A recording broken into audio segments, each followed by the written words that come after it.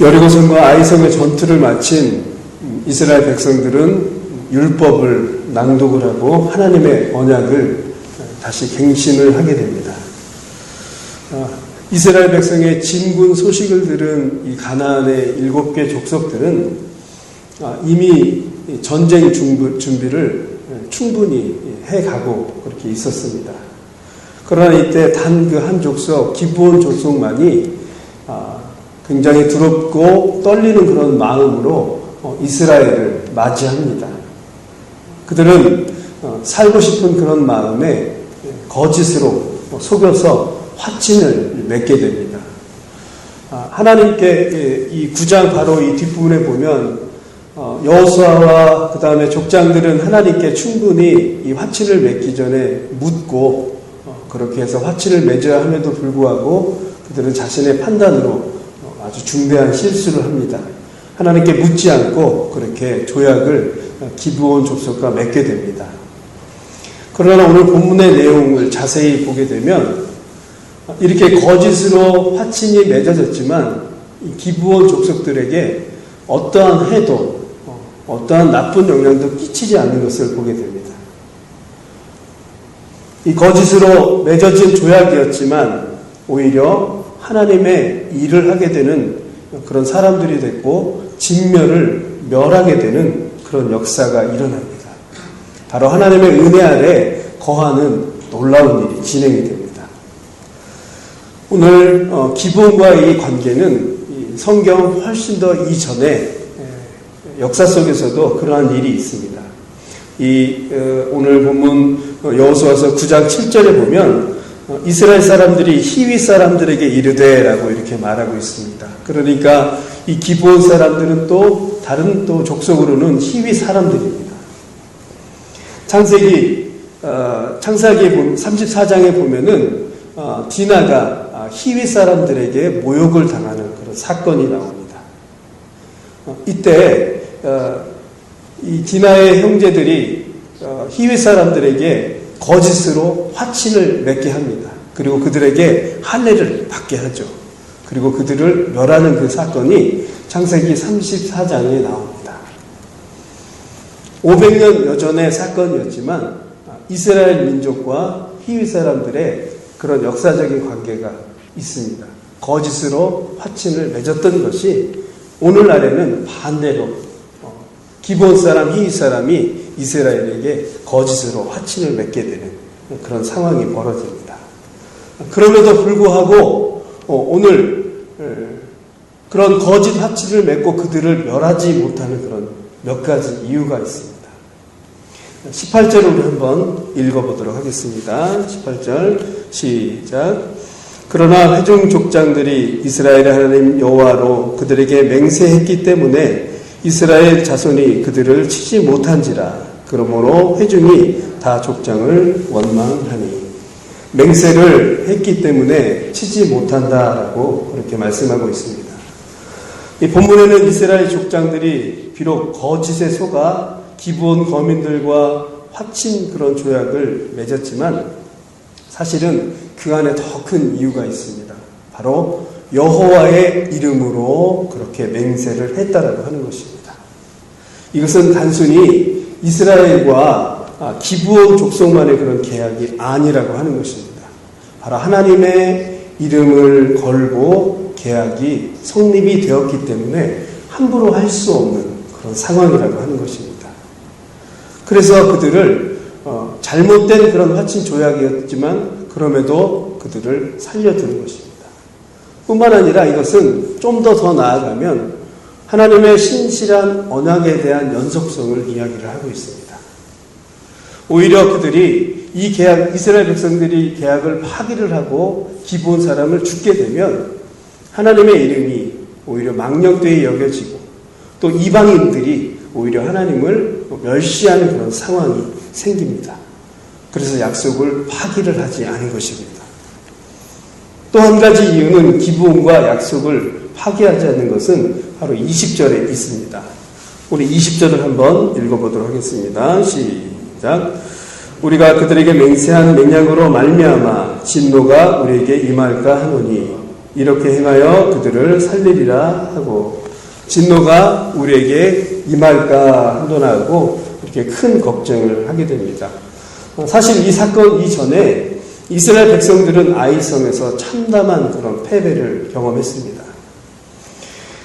모든 이유가 자신의 죄로부터 그렇게 시작됐다라고 하는 것을 이 백성들은 사실 뼈저리게 이 아이성을 통해서 경험을 했습니다. 그래서 두 번 다시 죄를 지으면 안 된다라고 하는 것을 이미 충분히 알고 있었습니다. 아간의 범죄로 하나님의 진노를 이들은 경험했기 때문에 더 이상의 범죄를 하는 것을 그들은 원치 않았습니다.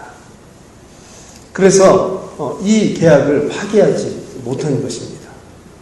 이 거짓 화친이라도 하나님의 이름으로 된 계약은 그 자체가 바로 하나님이고 약속이기 때문에 그들은 그렇게 한 것입니다. 무엇보다도 하나님의 언약은 그 유효성이 길고 영원하다는 것을 이 두 부족 간의 화친을 통해서 우리는 알 수 있습니다. 이 사건이 있는 이후 훨씬 더 이후에 사무엘하 21장을 보게 되면 약 1호부터 400년 후에 이 사울왕을 통해서 이 언약이 파기가 됩니다.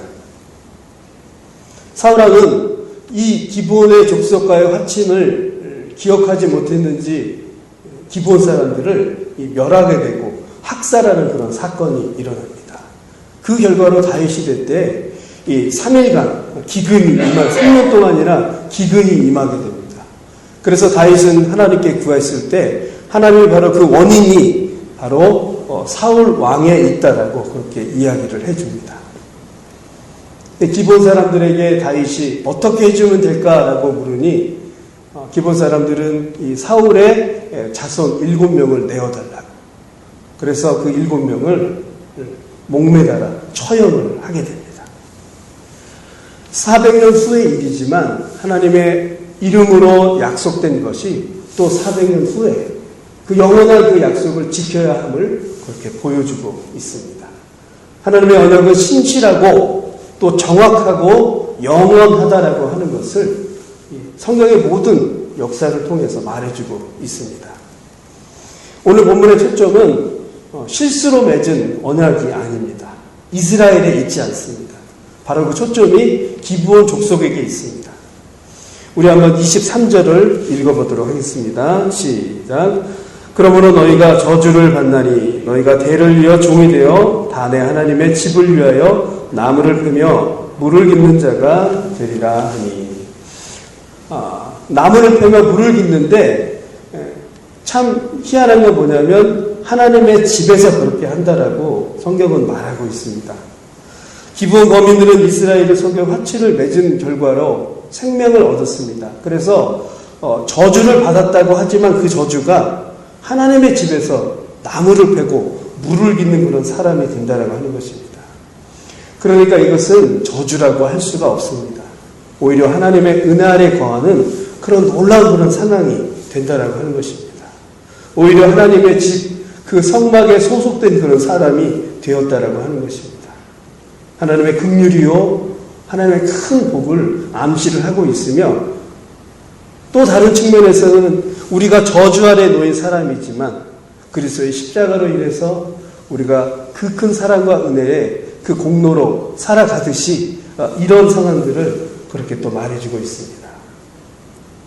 저주 아래 있는 사람도 하나님의 긍휼이 닿고 또 그 은혜 안에 거할 수 있다라고 하는 것을 오늘 본문은 충분히 이 기본 사람을 통해서 말해주고 있다라고 하는 것입니다.